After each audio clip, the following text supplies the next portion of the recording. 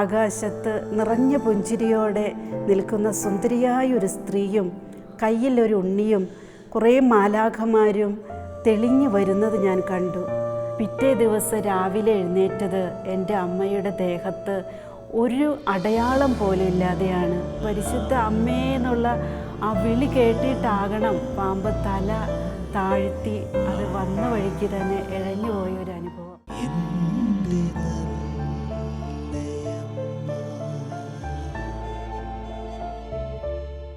10ാം class കഴിഞ്ഞപ്പം എനിക്ക് മഠത്തിൽ ചേരണമെന്ന് വലിയ ആഗ്രഹമായിരുന്നു. 6ാം ക്ലാസ് മുതൽ അതിനുവേണ്ടി പ്രാർത്ഥിച്ച് ഒരുങ്ങിയതാണ്. ഞാൻ SSLC എക്സാം കഴിഞ്ഞ് റിസൾട്ട് കാത്തു നിൽക്കാതെ തന്നെ ഒരു കോൺവെൻറ്റിൽ ചേർന്നു. എൻ്റെ ചേച്ചിയുടെ കസിൻസ് ആൻറ്റിമാരുള്ള കോൺവെൻറ്റിലാണ് ചേർന്നത്. അവിടെ ഒരു വർഷത്തെ ആസ്പിറൻസിക്ക് ശേഷം എന്നെ പ്രീ ഡിഗ്രി പഠിക്കാൻ ആലുവയിലുള്ള സെൻറ്റ് സേവിയേഴ്സ് കോളേജിൽ അഡ്മിഷൻ കിട്ടി. അവിടെ പോയി മെയിൻ എക്സാമിൻ്റെ യൂണിവേഴ്സിറ്റി എക്സാമിൻ്റെ സമയത്ത് എനിക്ക് ചിക്കൻ പോക്സും ടൈഫോയിഡും ഒരുമിച്ച് വന്നു. എക്സാം എഴുതാൻ പറ്റില്ലെന്ന് കോളേജിലുള്ളവർ പറയുന്നു. പക്ഷേ എല്ലാവരും പറയുന്നു ഒന്ന് അറ്റംപ്റ്റ് ചെയ്യുന്നത് നല്ലതാണ്. ടെമ്പറേച്ചർ അല്പം പോലും കുറയുന്നില്ല.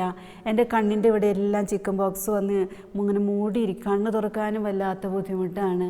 പഠിക്കാനൊരു പുസ്തകം പോലും എടുത്ത് തുറക്കാൻ എനിക്ക് പറ്റില്ല. ആ സമയത്ത് എല്ലാവരും ആ കോൺവെൻറ്റ് ചാപ്പലിൽ നിന്ന് പോയതിന് ശേഷം രാത്രി സമയങ്ങളിൽ ഞാൻ ആ ചാപ്പലിൽ കയറി ദിവികാരുണ്യ ഈശോയോട് സഹായം യാചിച്ചുകൊണ്ട് അനുഗ്രഹം യാചിച്ചുകൊണ്ട് പരിശുദ്ധ അമ്മയുടെ തിരുസ്വരൂപത്തിന് മുൻപിൽ മുട്ടുകുത്തി പ്രാർത്ഥിക്കുക പതിവായിരുന്നു. ഓരോ എക്സാമിൻ്റെയും വിഷയം ആ സബ്ജക്റ്റിൻ്റെ ടെക്സ്റ്റ് ബുക്ക് പരിശുദ്ധ അമ്മയുടെ പീഠത്തിൽ വെച്ചിട്ട് ഞാൻ നിലവിളിച്ച് പ്രാർത്ഥിക്കും, അമ്മേ എനിക്ക് പഠിക്കാൻ പറ്റുന്നില്ല, പക്ഷേ എക്സാമിന് പോകണം, ഞാൻ എന്താ ചെയ്യേണ്ടതെന്ന് എനിക്കറിയില്ല, അമ്മ എനിക്കൊന്ന് പറഞ്ഞു തരണേ, ജസ്റ്റ് പാസ്സാകാനുള്ള മാർക്ക് മതി അമ്മേ. അങ്ങനെ പറഞ്ഞിട്ട് ഞാൻ മാതാവിനോട് ഇങ്ങനെ ഉള്ളിൽ പ്രാർത്ഥിക്കുക, അമ്മേ ഞാൻ ഈ ബുക്ക് കണ്ണടച്ച് പ്രാർത്ഥിച്ച് തുറക്കുമ്പോൾ കിട്ടുന്ന പേജ് ഞാൻ വായിക്കും, അത് എനിക്ക് എക്സാം ഷീറ്റിൽ ക്വസ്റ്റ്യൻ പേപ്പറിൽ ആ ഒരു ക്വസ്റ്റ്യൻ ഉണ്ടായിരിക്കണേ എന്ന കൊച്ചു വിശ്വാസം ഞാൻ അങ്ങനെ ചെയ്ത ഒരു ഓർമ്മ എനിക്കുണ്ട്. ഞാൻ അങ്ങനെ തുറന്ന ഓരോ പേജുകളിലെയും ആൻസർ വായിച്ച് സാധിക്കുന്ന പോലെ പഠിച്ചു. എക്സാമിന് പോയി തെറ്റില്ലാത്ത മാർക്കോടെ പരിശുദ്ധ അമ്മ എനിക്ക് വിജയം തന്നു. ഞാനിത് പറയുമ്പോൾ എന്നെ കേൾക്കുന്ന ആരെങ്കിലും ഒക്കെ ഉണ്ടെങ്കിൽ ഒരിക്കലും പഠിക്കാതെ ഈ ഒരു അനുഭവം അനുകരിക്കരുതാരും. പഠനത്തിലൂടെ ദൈവത്തെ മഹത്വപ്പെടുത്തണം. പരിശുദ്ധ അമ്മ ഈശോയെ സഹായിക്കും പരിശുദ്ധാത്മാവിനെ അയച്ച്. പക്ഷേ എൻ്റെ അന്നത്തെ സാഹചര്യം കൊണ്ടാണ് ഞാൻ അങ്ങനെ ചെയ്തത്. അതും ഞാൻ വിശ്വസിക്കുന്നു. പരിശുദ്ധ അമ്മയോടുള്ള സ്വാതന്ത്ര്യം നമ്മൾ ഏത് വിധത്തിൽ ഏത് സാഹചര്യത്തിൽ ഉപയോഗിക്കുന്നുവോ അത് ദൈവഹിതമാണെങ്കിൽ ബോധജ്ഞാനത്തിൻ്റെ സിംഹാസനമായ പരിശുദ്ധ അമ്മ തീർച്ചയായിട്ടും നമ്മളെ സഹായിക്കും. ഉറപ്പുള്ള കാര്യമാണ് അത്. തുടർന്ന് എൻ്റെ പ്രീ ഡിഗ്രി കഴിഞ്ഞപ്പോൾ എറണാകുളം ലിസി ഹോസ്പിറ്റലിൽ നഴ്സിങ്ങിന് അഡ്മിഷൻ കിട്ടി. അവിടെ ചേർന്നു. കോൺഗ്രിഗേഷൻ്റെ ആവശ്യാനുസരണം നഴ്സിങ്ങിന് ചേർന്നു. നഴ്സിങ്ങിൻ്റെ PTS എക്സാമിനോട് അടുത്തപ്പം എൻ്റെ കണ്ണിന് വല്ലാത്ത അസ്വസ്ഥതകളായിരുന്നു. എനിക്ക് നഴ്സിങ്ങിൻ്റെ ഒരു ബുക്കും വായിക്കാനായിട്ട് പറ്റുന്നില്ല. കണ്ണിൽ നിന്ന് നിറയെ വെള്ളമൊഴുകും, കണ്ണ് ചുമന്ന് തടിക്കും, വീർത്ത് വരും.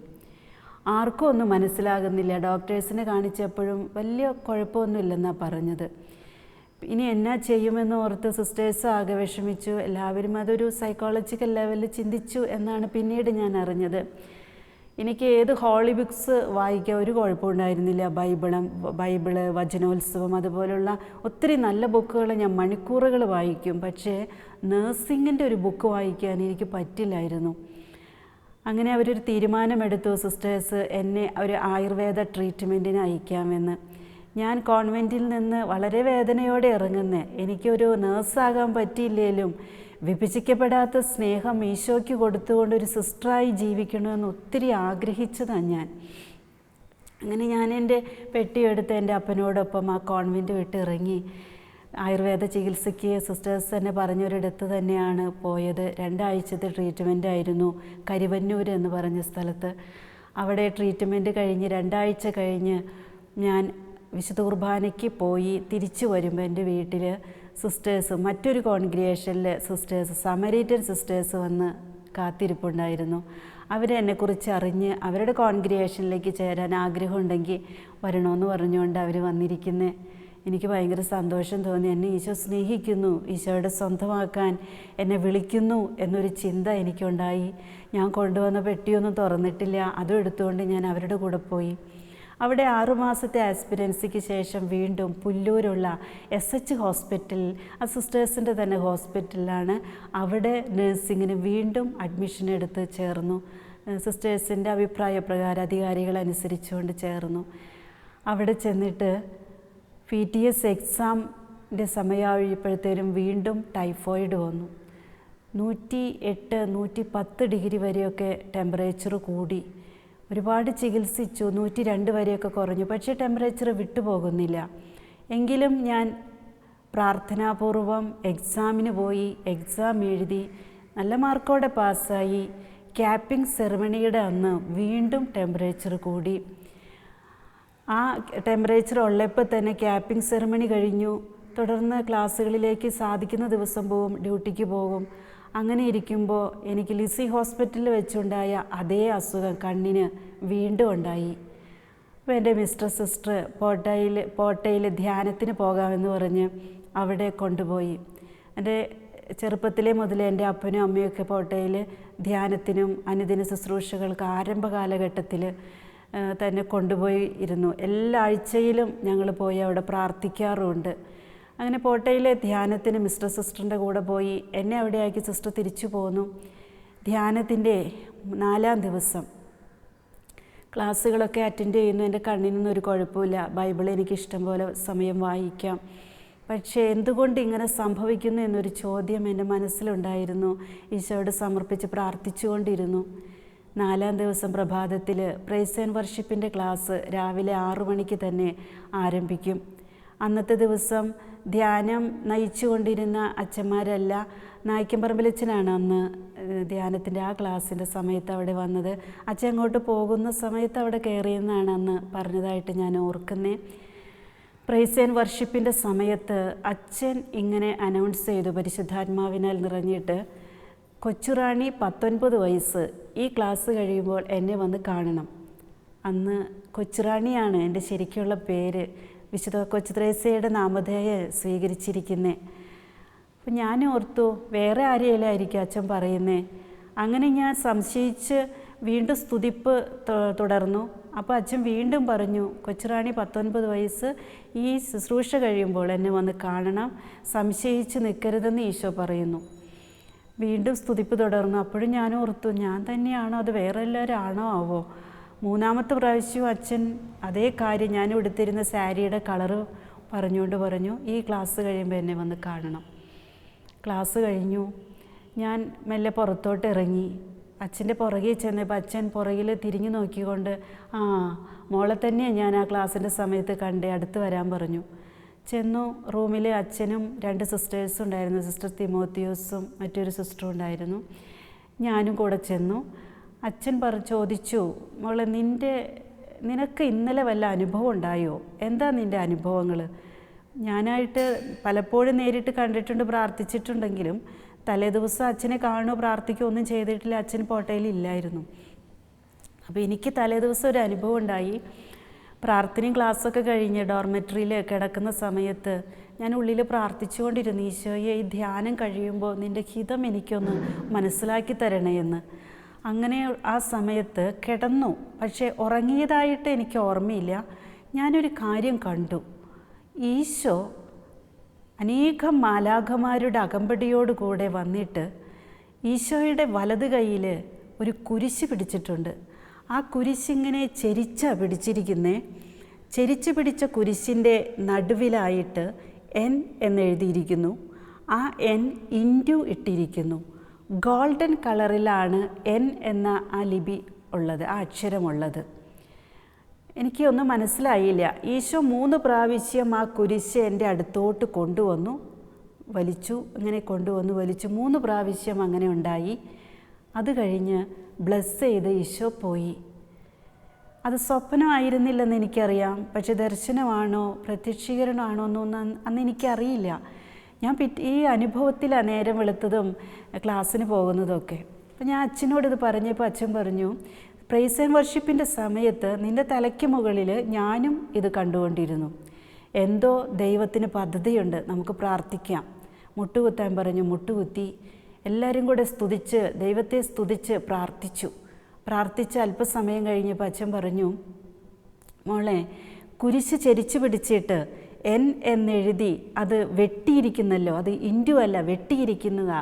അതിൻ്റെ അർത്ഥം നീ നണ്ണും ആകണ്ട, നേഴ്സും ആകണ്ട. ഈശോ നിന്നെക്കുറിച്ച് മറ്റൊരു പദ്ധതിയാണ് വിഭാവനം ചെയ്തിരിക്കുന്നത്. ഈശോയുടെ മനസ്സിൽ നിന്നെക്കുറിച്ചുള്ള പദ്ധതി അത് നിൻ്റെ നാശത്തിനല്ല. തീർച്ചയായിട്ടും നീ അടിയറ വെച്ച് പ്രാർത്ഥിക്ക്. നീ ഒരു സിസ്റ്റർ ആകണ്ട, ഒരു നേഴ്സും ആകണ്ട. ഞാൻ വീണ്ടും പ്രാർത്ഥിച്ചു. അച്ഛനും പ്രാർത്ഥിച്ചു. അച്ഛൻ പറഞ്ഞു, ഒരു 7 എന്നൊരു നമ്പർ കാണുന്നു. 7 വർഷം കർത്താവ് കാത്തിരിക്കാൻ പറയുന്നു. നീ ഒരു വിവാഹ ജീവിതത്തിലേക്ക് പ്രവേശിക്കണം. 7ാം വർഷം എന്തോ വലിയൊരു കാര്യം നിന്നിലൂടെ ഈശോ ചെയ്യും. അത് മഠത്തിൻ്റെ മതിൽക്കെട്ടുകൾക്കുള്ളിൽ നിർവഹിക്കുന്നതിനേക്കാൾ വലുതായിരിക്കുമെന്നും പരിശുദ്ധാത്മാവ് മനസ്സിലാക്കി തരുന്നു. ഇത് പറഞ്ഞപ്പം എനിക്കത് ഉൾക്കൊള്ളാൻ പറ്റിയില്ല. നേഴ്സാകണ്ടെങ്കിൽ എനിക്കൊരു സിസ്റ്റർ ആകണം. അതാണ് എൻ്റെ ഉള്ളിലെ ആഗ്രഹം. ഞാൻ ഉറക്കെ കരയാൻ തുടങ്ങി. അപ്പം അച്ഛൻ പറഞ്ഞു, കരയണ്ട, സറണ്ടർ ചെയ്ത് പ്രാർത്ഥിക്ക്. സിസ്റ്റേഴ്സും പറഞ്ഞു. ഞാനങ്ങനെ എല്ലാം ഈശോയ്ക്ക് സമർപ്പിച്ച് നിലവിളിയോടെ പ്രാർത്ഥിച്ചു, കർത്താവേ നിൻ്റെ ഇഷ്ടം എന്നിൽ നിറവേറട്ടെ. പക്ഷെ ഒരു വിവാഹ ജീവിതത്തെക്കുറിച്ചൊന്നും ചിന്തിക്കാൻ എനിക്ക് സാധിക്കില്ലായിരുന്നു. അങ്ങനെ ഞാൻ ചിന്തിച്ചിട്ടില്ല, അങ്ങനെ ഞാൻ ആഗ്രഹിച്ചിട്ടില്ല, അങ്ങനെ ഞാൻ ഒരുങ്ങിയിട്ടില്ല. ഞാൻ വീണ്ടും കോൺവെൻറ്റിലേക്ക് ചെന്നു. എൻ്റെ സുപ്പീരിയർ സിസ്റ്ററിനോട്, റീജിയണൽ സുപ്പീരിയർ സിസ്റ്ററിനോട് വിവരം പറഞ്ഞു. അച്ഛനൊരു ലെറ്റർ പാഡിൽ അത് എഴുതി തരുകയും ചെയ്തിട്ടുണ്ടായിരുന്നു. അത് വായിച്ചിട്ട് സിസ്റ്റർ പറഞ്ഞു, മോളെ നീ നേഴ്സ് നണ്ണാകണ്ടെങ്കിൽ വേണ്ട, നിൻ്റെ മനസ്സൊന്ന് ശാന്തമാകട്ടെ, നീ കോൺവെൻറ്റിൽ തന്നെ താമസിച്ചു. എനിക്ക് വലിയ സന്തോഷമായി. ഞാൻ കോൺവെൻറ്റിൽ താമസിക്കുന്നു, ഹോസ്പിറ്റലിൻ്റെ റിസപ്ഷനിൽ വർക്ക് ചെയ്യുന്നു. നഴ്സിംഗും ഇല്ല, സിസ്റ്ററാകാനുള്ള പരിശീലനവും ഇല്ല, ഒന്നുമില്ല. പക്ഷേ ഈശോയുടെ അടുത്ത്, ദിവ്യകാരുണ്യ ഈശോയുടെ അടുത്ത് പരിശുദ്ധ അമ്മയുടെ തിരുമടിയിലിരുന്ന് പ്രാർത്ഥിക്കാവല്ലോ എന്നുള്ളൊരു ആശ്വാസം അന്ന് എനിക്കുണ്ടായിരുന്നു. തുടർന്ന് അധികം നാൾ അങ്ങനെ പോകാൻ എനിക്ക് സാധിച്ചില്ല. എൻ്റെ അപ്പനും എൻ്റെ അമ്മയും രോഗികളായി. പെട്ടെന്നുണ്ടായ ഒരു അറ്റാക്ക്, അപ്പന് 3rd അറ്റാക്കാണ്, അമ്മയ്ക്കുണ്ടായ ഒരു വലിയ വീഴ്ച, അമ്മയുടെ നട്ടെല്ലെല്ലാം ഒടിഞ്ഞ് ഡിസ്ക് പ്രൊലാപ്സ്ഡായി, വാരിയെല്ലുകൾ ഒടിഞ്ഞ് ബെൽറ്റിട്ട്, ഒരു സഹായത്തിന് ആരുമില്ലാതെ നിവൃത്തിയില്ല. ചേച്ചിമാരുടെ എല്ലാം വിവാഹം കഴിഞ്ഞു. ഒരു ചേച്ചി സിസ്റ്ററായിട്ടുണ്ട്. ഇനി ഞാനാണ് ആ കുടുംബത്തിൽ അപ്പനും അമ്മേനെ സഹായിക്കേണ്ടത്. ഈശോ അങ്ങനെ ഒരു ആക്സിഡൻ്റലി അവർക്കൊരു അനുഭവം, സഹനത്തിൻ്റെ അനുഭവം കൊടുത്തത് എന്നെ തിരിച്ചു കൊണ്ടുവരാനായിരുന്നു എന്ന് പിന്നീടാണ് എനിക്ക് മനസ്സിലായത്. അന്നാളുകളിലെല്ലാം നിരന്തരം ജപമാല ചൊല്ലി പ്രാർത്ഥിക്കുമായിരുന്നു. പരിശുദ്ധ അമ്മയുടെ വിമല ഹൃദയത്തിൽ അള്ളിപ്പിടിച്ച് പ്രാർത്ഥിക്കാൻ എനിക്ക് പരിശീലനം കിട്ടിയ, ആത്മീയ പരിശീലനം കിട്ടിയ ഒരു കാലഘട്ടമായിട്ടാണ് ഞാനതൊക്കെ ഇപ്പോൾ ഓർക്കുന്നത്.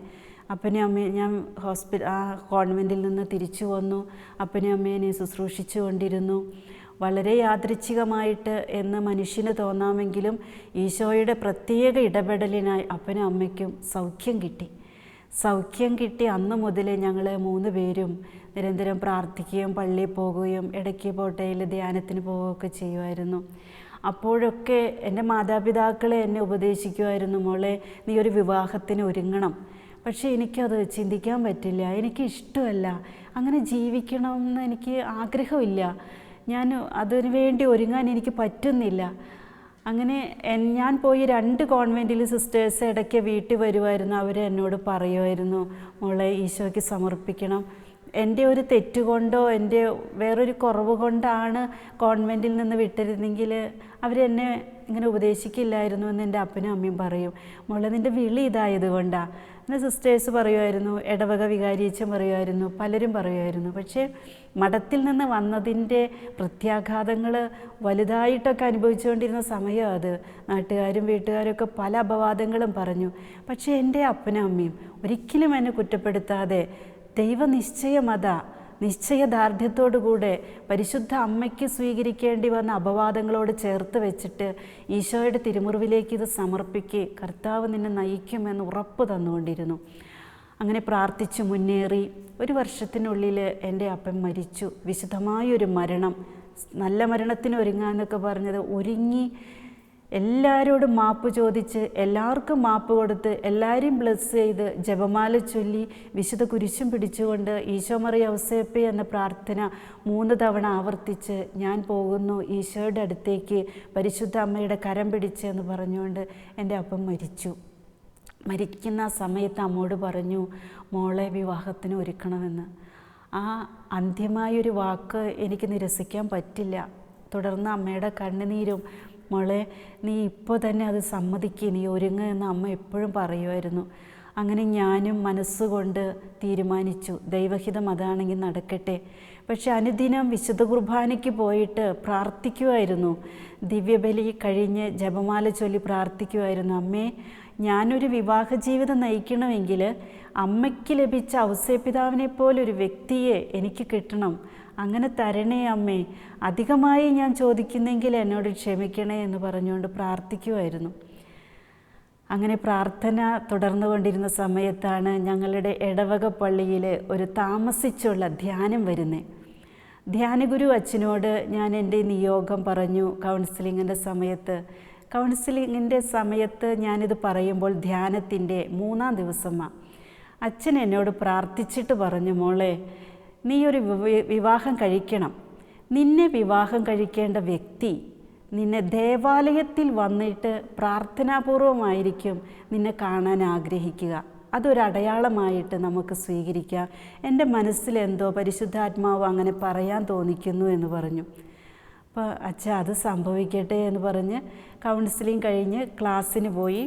ക്ലാസ് നടന്നുകൊണ്ടിരിക്കുമ്പോൾ ഞങ്ങളുടെ വികാരിയച്ഛൻ വന്ന് അനൗൺസ് ചെയ്തു, ദേവസി പന്തലുകാരൻ അച്ഛൻ്റെ പെങ്ങൾ ഇവിടെ ഉണ്ടെങ്കിൽ പുറത്തോട്ട് വരാൻ. ദേവസി പന്തലുകാരൻ എന്ന് പറയുന്നത് എൻ്റെ ഇളയപ്പൻ്റെ മകൻ അച്ഛനാണ്, തൃശ്ശൂർ രൂപതയിലെ വൈദികനാണ്.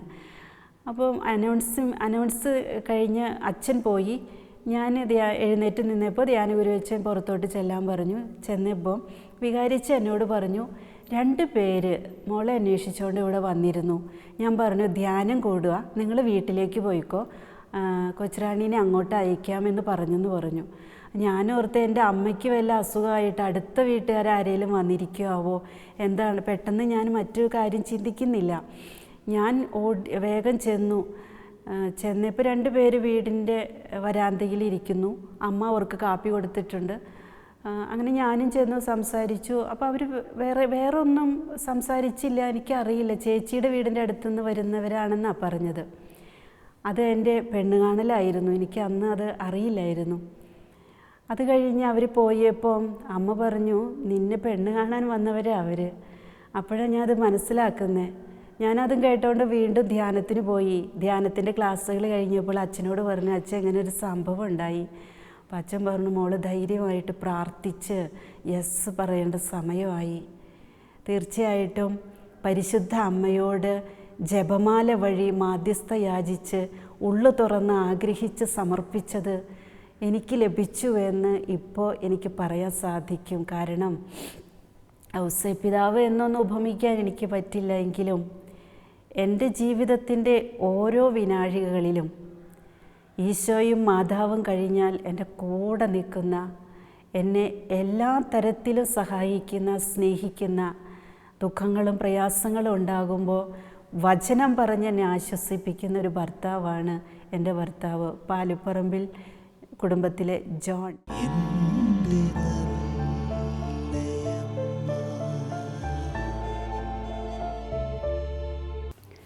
ദൈവകൃപയാൽ 1996 പരിശുദ്ധ ദൈവമാതാവിൻ്റെ പ്രത്യക്ഷീകരണങ്ങൾ തുടങ്ങുന്നത്. 96 ഒക്ടോബർ മാസം 8-ാം തീയതി ഞാനും എൻ്റെ ജീവിത പങ്കാളിയും മകളും അപ്പനും അമ്മയും അടങ്ങുന്ന കുടുംബം ഈ ഭവനത്തിൽ ഇവിടെയായിരുന്നു ഞങ്ങൾ താമസിച്ചുകൊണ്ടിരുന്നത്. 8-ാം തീയതി ഉപവസിച്ച് വിശുദ്ധ കൊച്ചുത്രേസ്യായുടെ നാമധേയം സ്വീകരിച്ചിരിക്കുന്ന ഞാൻ വിശുദ്ധയുടെ തിരുനാൾ ദിനത്തിൽ എനിക്ക് ശാരീരിക അസ്വാസ്ഥ്യങ്ങളുണ്ടായിരുന്നതുകൊണ്ട് അന്ന് ഉപവസിക്കാൻ സാധിച്ചില്ല. 8-ാം തീയതി ഉപവസിച്ച് പ്രാർത്ഥനയോടെ ചിലവഴിക്കുന്ന ദിവസം ഉച്ചയ്ക്ക് ഒരു 12 മണിയായപ്പോൾ, അന്നിവിടെ മുറ്റമാണ്, ആ മുറ്റത്ത് കുറച്ച് ചെടികളൊക്കെ നട്ടിട്ടുണ്ട്. 12 മണിക്ക് മുൻപേ ആ ചെടികൾക്ക് വളമിടാനൊക്കെ ഞാൻ മുറ്റത്ത് ഇങ്ങനെ പണികൾ ചെയ്തുകൊണ്ടിരിക്കുക. സുഹൃത ജപങ്ങൾ ചൊല്ലിക്കൊണ്ടിരുന്നു. എന്നോടൊപ്പം എൻ്റെ കുഞ്ഞ് 3 വയസ്സായ സ്നേഹമോള് എൻ്റെ ഒപ്പം തന്നെയുണ്ട്. കുറച്ച് സമയം ജോലി ചെയ്ത് കഴിഞ്ഞപ്പം എനിക്ക് തല കറങ്ങുന്നത് പോലൊരു ഫീലിങ്. ഞാൻ എൻ്റെ മാതാവേ, കുഞ്ഞിനെ എന്നെ പിടിക്കാനൊന്നും പറ്റത്തില്ലല്ലോ, എന്നെ ഒന്ന് സഹായിക്കണേ അമ്മയെന്ന് പറഞ്ഞ് പ്രാർത്ഥിച്ചു കൊണ്ടിരുന്നു. ആ സമയത്ത് യാദൃച്ഛികമായിട്ട് ഹസ്ബൻഡ് ജോലിക്ക് പോയിരിക്കുകയായിരുന്നു. അവിടെ നിന്ന് വീട്ടിലോട്ട് പോകുന്നുള്ളൊരു ഉൾപ്രേരണയാൽ ഇവിടെ വന്ന് ഞാൻ ആ പൂന്തോട്ടത്തിൽ അങ്ങനെ ഇരിക്കുക. എന്നെ പിടിച്ച് ഇവിടെ ഇപ്പോൾ ഞാൻ ഇരിക്കുന്നിടത്ത് ഒരു ചെയറുണ്ടായിരുന്നു, ആ ചെയറിൽ ഇരുത്തിയത് എനിക്ക് ചെറിയൊരു ഓർമ്മയുണ്ട്. അത് കഴിഞ്ഞതും ഞങ്ങൾ സ്വയമേ സ്തുതിച്ച് പ്രാർത്ഥിക്കാനുള്ള ശക്തമായിട്ടുള്ളൊരു നിർദ്ദേശം ആരോ ഉള്ളിൽ നിന്ന് തരുന്നത് പോലുള്ളൊരു അനുഭവമായിരുന്നു. ശക്തമായി സ്തുതിച്ച് പ്രാർത്ഥിക്കാമെന്ന് പറഞ്ഞ് സ്തുതിച്ച് പ്രാർത്ഥിച്ചുകൊണ്ടിരിക്കുമ്പോഴാണ് ആദ്യമായിട്ട് ഈശോയുടെ തിരുഹൃദയം കത്തുന്ന ഒരു ചൂളയായിട്ട് ഞാൻ കണ്ടത്. ആ തിരുഹൃദയത്തിന് മുൻപിൽ ഒരു വെള്ളപ്രാവ് ചിറകടിച്ച് ഉയരുകയും താഴുകയും ചെയ്തുകൊണ്ടിരുന്നു. ഞാനത് കണ്ടുകൊണ്ടിരിക്കുമ്പോൾ ദൈവസ്വരം ശ്രവിക്കുന്ന അനുഭവം ഉണ്ടായി. എന്താണ് സംഭവിക്കുന്നത് എന്നറിയാതെ എൻ്റെ ജീവിത പങ്കാളി അടുത്തുണ്ട്, സ്നേഹമോളും അടുത്ത് അങ്ങനെ ചുറ്റിപ്പറ്റിയൊക്കെ നിൽക്കുന്നുണ്ട്. ഭയങ്കരമായ ഇടിമുഴക്കത്തിൻ്റെ ഒരു സ്വരം ഇവിടെ മുഴുവൻ നിറഞ്ഞു നിൽക്കുന്ന അനുഭവമായിരുന്നു ഞങ്ങൾക്ക് 3 പേർക്കും. ആ ദിവസം അപ്പനും അമ്മയും ചേട്ടൻ്റെ വീട്ടിൽ പോയേക്കുമായിരുന്നു. ഈ ഇടിമുഴക്കത്തിൻ്റെ സ്വരത്തിൽ ഞങ്ങൾ 3 പേരും സ്തുതിക്കാൻ തുടങ്ങി. ആ സ്വരം ഒരുപാട് കാര്യങ്ങൾ പറഞ്ഞു. എൻ്റെ ജീവിത പങ്കാളിയുടെ പേരെടുത്ത് വിളിക്കുന്നതും, ആ വിളിക്ക് ഈശോയെ ഇതാ അങ്ങയുടെ ദാസൻ എന്ന് പറയുന്നതും, തുടർന്ന് ഈശോ കുറേ വചനങ്ങൾ പറയുന്നതും എല്ലാം പെട്ടെന്നാണ് ഞങ്ങൾ കേൾക്കുന്നത്. ഇംഗ്ലീഷിൽ ആദ്യം കേട്ടുകൊണ്ടിരുന്നത്. എൻ്റെ ജീവിത പങ്കാളി പറഞ്ഞു, ഈശോയെ എനിക്കൊന്നും മനസ്സിലായില്ല, ഞാനൊന്ന് എഴുതിയെടുക്കട്ടെ. ഒരു ഡയറി പോയി എടുത്തുകൊണ്ട് വന്നു, പേനയെടുത്തു. ഈശോ ഒന്നും കൂടി പറയണേന്ന് പറഞ്ഞപ്പോൾ 3 പ്രാവശ്യം റിപ്പീറ്റ് ചെയ്യുന്ന അനുഭവം ഉണ്ടായി. ആ ദൈവീകമായൊരു അനുഭവത്തിന് ശേഷം ഈശോയുടെ തിരുഹൃദയം ചൂള പോലെ എരിയുന്ന ഹൃദയം കണ്ടുകൊണ്ടിരുന്ന ഞാൻ ആ വെള്ള പ്രാവ് ചിറകടിച്ച് ഉയരുന്നതും താഴുന്നതും കണ്ടുകൊണ്ടിരുന്ന ഞാൻ ഈശോയുടെ സ്വരം നിലച്ചതോടുകൂടെ ആ ദൃശ്യവും ഇല്ലാതെയായി. ഞാൻ കണ്ടുകൊണ്ടിരുന്നത് ഇല്ലാതെയായി. എനിക്ക് വല്ലാത്ത ദാഹം അനുഭവപ്പെട്ടു. എൻ്റെ ജീവിത പങ്കാളിയോട് ഞാൻ പറഞ്ഞു, എനിക്ക് അല്പം വെള്ളം വേണം കുടിക്കാൻ. എൻ്റെ ഹസ്ബൻഡ് വെള്ളം എടുക്കാനായിട്ട് അടുക്കളയിലേക്ക് പോയി. അടുക്കളയിലേക്ക് വെള്ളം എടുക്കാൻ പോയി തിരിച്ചു വരുമ്പോൾ അദ്ദേഹം കാണുന്നേ ഞാൻ കൈക്കുമ്പിൾ ഇങ്ങനെ പിടിച്ചുകൊണ്ട് വെള്ളം കുടിച്ചുകൊണ്ടിരിക്കുക. ആ സമയത്ത് എൻ്റെ അനുഭവം, ഈശോയുടെ കൈക്കുമ്പിളിൽ നീട്ടി വെള്ളം ഒഴിച്ചു തരുന്നു. പക്ഷേ ഈശോയെ ഹസ്ബൻഡിന് കാണാൻ പറ്റുന്നില്ല, എനിക്ക് ഈശോയെ കാണുന്നു. ഞാൻ ആ വെള്ളം കുടിക്കുന്നു. എൻ്റെ ഇവിടെയൊക്കെ വെള്ളമായതെല്ലാം അദ്ദേഹം തുടച്ചെടുത്ത് അദ്ദേഹം കുഞ്ഞും ടേസ്റ്റ് ചെയ്തതായിട്ട് പിന്നീട് എന്നോട് പറഞ്ഞു. ആ സംഭവം പാരൻസ് വന്നപ്പോൾ, അപ്പനും അമ്മയും വന്നപ്പോൾ ഞങ്ങൾ പറഞ്ഞു. പെങ്ങളുടെ മകനുണ്ടായിരുന്നു കൂടെ. അന്നേരം അവർക്കത് വിശ്വസിക്കാൻ സാധിച്ചില്ല. സ്വാഭാവികമായിട്ടും എന്തോ തോന്നലുകളായിരിക്കാമെന്നും അത് അങ്ങനെയൊന്നും ഉണ്ടാകില്ല ഒരിക്കലും എന്നൊക്കെ പറഞ്ഞു. പരിശുദ്ധാത്മാവ് മനസ്സിൽ പറഞ്ഞു തന്നു, നീ പറ, ഇന്ന് നീ ഇങ്ങനെ പറയണം, ഇന്ന് നമ്മുടെ സന്ധ്യാപ്രാർത്ഥന സമയത്ത് നമുക്ക് ഈശോയെ സ്തുതിക്കാം കുറേ സമയം. ഈശോ ഇത് ഉറപ്പേകുന്നൊരു അനുഭവമായിട്ട് മാറ്റും. ഞാൻ അത് പ്രകാരം പറഞ്ഞു. അന്ന് സന്ധ്യാപ്രാർത്ഥനയ്ക്ക് എല്ലാവരും ഒരുമിച്ച് പ്രാർത്ഥിച്ചു കൊണ്ടിരിക്കുമ്പോൾ പെങ്ങളുടെ മകൻ അടുത്തിരിപ്പുണ്ട്. അവൻ കണ്ണു തുറന്നിരിപ്പുണ്ട്. ഞങ്ങളെല്ലാവരും സ്തുതിച്ച് പ്രാർത്ഥിക്കുക. അവനെ സ്തുതിക്കാനൊന്നും അറിയില്ല, ചെറിയ കുട്ടി. അങ്ങനെ പ്രാർത്ഥിച്ചുകൊണ്ടിരിക്കുമ്പോൾ പെട്ടെന്ന് അവൻ്റെ ഒച്ച കേട്ട് ഞങ്ങൾ കണ്ണു തുറന്ന് നോക്കിയപ്പോൾ അവൻ്റെ ശിരസ് മുതൽ പാദം വരെ നനഞ്ഞു കുതിർന്നിരിക്കുന്നു. ഒരു ഹോസിൽ നിന്ന് വെള്ളം ഒഴിച്ചിട്ട് കുളിപ്പിക്കുന്നത് പോലെ നിറഞ്ഞു കുതിർന്നിരിക്കുന്നു. ആ സമയം മുഴുവനും ഈശോയുടെ കരങ്ങളിൽ നിന്നിങ്ങനെ വെള്ളം വരുന്നത് ഞാൻ കണ്ടുകൊണ്ടിരുന്നു. അത് അവിശ്വസനീയമാം വിധം സംഭവിച്ച ഒരു കാര്യമാണ്. തുടർന്ന് ഒക്ടോബർ 8 മുതൽ തുടർന്നുള്ള ദിവസങ്ങളിലെല്ലാം പല അനുഭവങ്ങളും ഞങ്ങൾക്ക് മാത്രമായിട്ട് പരിശുദ്ധ അമ്മ ഈശോയും തന്നു. അന്നൊന്നും ഇത് പുറത്തു പറയരുത് എന്നായിരുന്നു നിർദ്ദേശം. അതുകൊണ്ട് ഞങ്ങൾ ആരുടെ അടുത്തും ഒന്നും പറഞ്ഞിട്ടില്ല. 1996 നവംബർ 1 ഞങ്ങൾ കുടുംബസമേതം, അമ്മയുടെ അനിയത്തി അമേരിക്കയിൽ നിന്ന് വന്നിട്ടുണ്ടായിരുന്നു, അമ്മയുടെ അനിയത്തിയോടൊപ്പം കുടുംബസമേതം വേളാങ്കണ്ണിയിലേക്ക് പോകുന്നത്. വേളാങ്കണ്ണിയിലേക്ക് പോകാൻ ഒരുപാട് പ്രാർത്ഥിച്ചൊരുങ്ങി. ഞങ്ങൾ വേളാങ്കണ്ണിയിലെത്തുമ്പം ഉച്ചയ്ക്ക് 11:45 കഴിഞ്ഞു. വണ്ടിയിൽ നിന്ന് ഇറങ്ങി ഒന്ന് ഫ്രഷായിട്ട് 12 മണിക്കലത്തെ കുർബാനയ്ക്ക്, വിശുദ്ധ കുർബാനയ്ക്ക് ഞങ്ങൾ വേളാങ്കണ്ണിയുടെ പ്രധാന ദേവാലയത്തിലേക്ക് കടന്നു ചെന്നു. അവിടെ വിശുദ്ധ കുർബാന നടന്നുകൊണ്ടിരിക്കുന്നു. വിശുദ്ധ കുർബാനയിൽ പങ്കെടുത്തു. കുർബാന കഴിഞ്ഞ് ആ ചാപ്പലിൻ്റെ റൈറ്റ് സൈഡിൽ ഞാൻ മുട്ടുകുത്തി ലോകം മുഴുവനും വേണ്ടി ജപമാല ചൊല്ലി പ്രാർത്ഥിച്ചുകൊണ്ടിരുന്നു. പ്രാർത്ഥിക്കുന്ന വേളയിൽ ജപമാല ചൊല്ലി 5 രഹസ്യങ്ങളും സമർപ്പിച്ച് പ്രാർത്ഥിച്ച് ഞാൻ അങ്ങനെ മുട്ടുകുത്തി നിൽക്കുമ്പോൾ ഒരു പ്രത്യേക അനുഭവം ഈശോ തന്നു. പരിശുദ്ധ അമ്മ ആ ജപമാല ഈ കൈകളിലേക്ക് വെച്ച് തന്നു. ഒരു വ്യക്തിയുടെ ജപമാലയ്ക്ക് മാത്രം സുഗന്ധം കിട്ടിയില്ല. ആ ബൈബിൾ ഇങ്ങനെ പിടിച്ചുകൊണ്ട് ഞാൻ പറഞ്ഞു, ഞാനിത് കീറാൻ പോകുക. ഇവിടെയുള്ള ജനങ്ങളോട് അദ്ദേഹം ഇക്കാര്യം പറഞ്ഞു. എന്നിട്ട് മുട്ടുകുത്തി എന്നോട് പറഞ്ഞു, ജപമാല എനിക്ക് പഠിപ്പിച്ചതാ.